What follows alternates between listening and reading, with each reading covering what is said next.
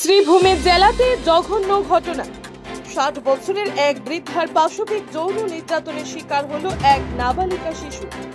ঘটনার বিবরণে জানা গেছে, প্রাথমিক বিদ্যালয়ের এই শিশুটি তার নিজের নিকট আত্মীয়র বাড়িতে থাকত।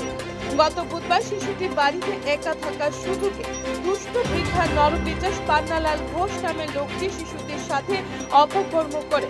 পরবর্তী সময় এই ঘটনাটি সামনে আসলে শ্রীভূমি পুলিশের নিকট খবর দিলে পুলিশ ঘটনাস্থলে পৌঁছে লোকটিকে আটক করে এই নরপিচাস লোকটিকে থানায় নিয়ে আসে।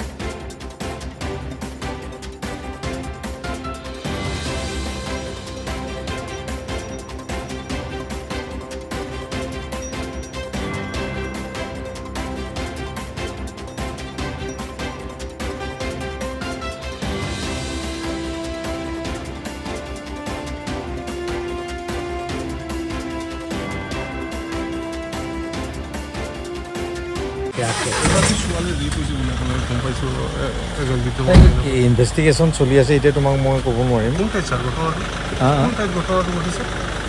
তোমাৰ ঘটনাটো এইটো হেৰিয়ত, এইটো কালীগঞ্জৰ আগত।